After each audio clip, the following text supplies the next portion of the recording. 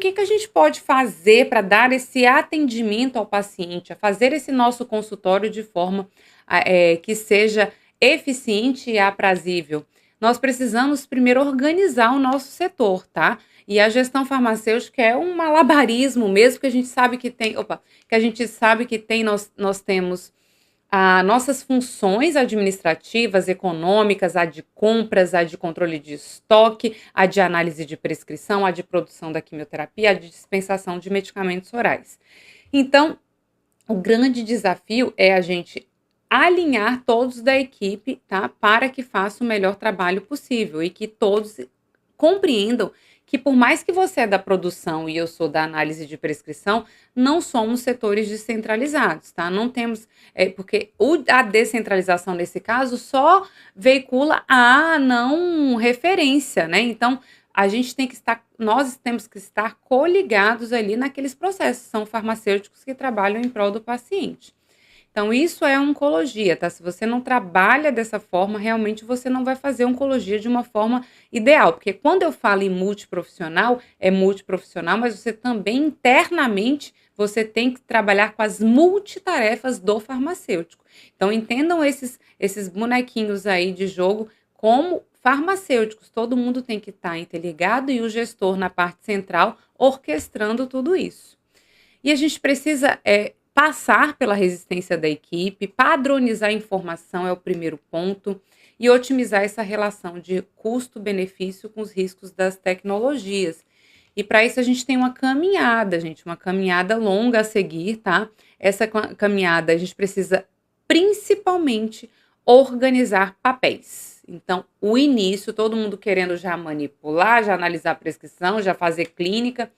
Não é bem assim na oncologia. A oncologia é o primeiro passo para você fazer um consultório farmacêutico de qualidade, é desenhar os processos, desenhar as características, escrever as características dos medicamentos, em especial os medicamentos orais, que cada vez mais crescem na oncologia.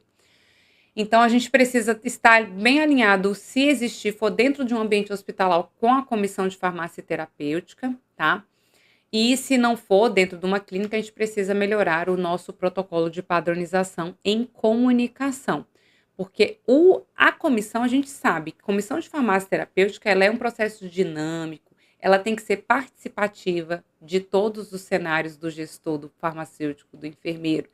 Ela tem que ser deliberativa, precisa tomar decisões. Esse fármaco entra, esse não entra. Então, esse pode ser um não padronizado na exceção. Então, qual vai ser o formulário de não padronizado? Então, tudo isso que você aprendeu no decorrer da sua caminhada, seja da graduação ou em outro ambiente, se encaixa para a oncologia. A gente padroniza. Claro que aqui tem vários protocolos que são bem alicerçados, tem alicerce das evidências científicas, mas tem muitos protocolos novos. Então, precisa, sim, agir de forma da educação continuada, porque senão vai ficar assim, o gestor falando de dinheiro, você conversando com ele falando que tem que padronizar tal coisa, o corpo clínico de fora da discussão, porque é difícil mesmo, o corpo clínico pouco se envolve com a comissão de farmácia terapêutica. Aí sobra o paciente tomar aquele medicamento mais ou menos, que teve que se ajustar para tomar o medicamento, porque não é o exato para ele, não é o adequado. E a enfermagem arruma na bagunça, porque na verdade quem está ali na administração do medicamento é a enfermeira, tá, gente? Então a gente tem que ter esse olhar com a enfermagem, e quem tem aí suas rusgas com a enfermagem, por favor, já começa a tirar isso da cabeça, porque a gente precisa muito das enfermeiras na oncologia, muito mesmo, e elas da gente, a gente tem que ser parceiro, tá?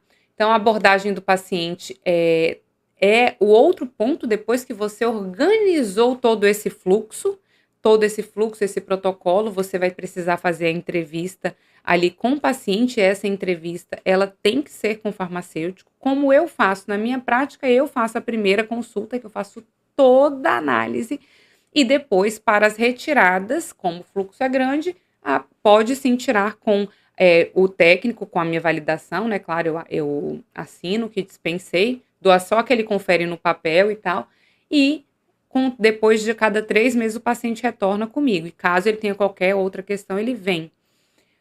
Se for possível fazer mensal, assim que você entrega uma caixa de medicamento, ótimo. Assim que você vai lá no leito fazer farmácia clínica, perfeito. Se sua instituição é possível fazer isso, tá? Mas não se preocupe se não for. O importante é que você faça o seu consultório farmacêutico dentro do ambiente, seja clínica, UPA.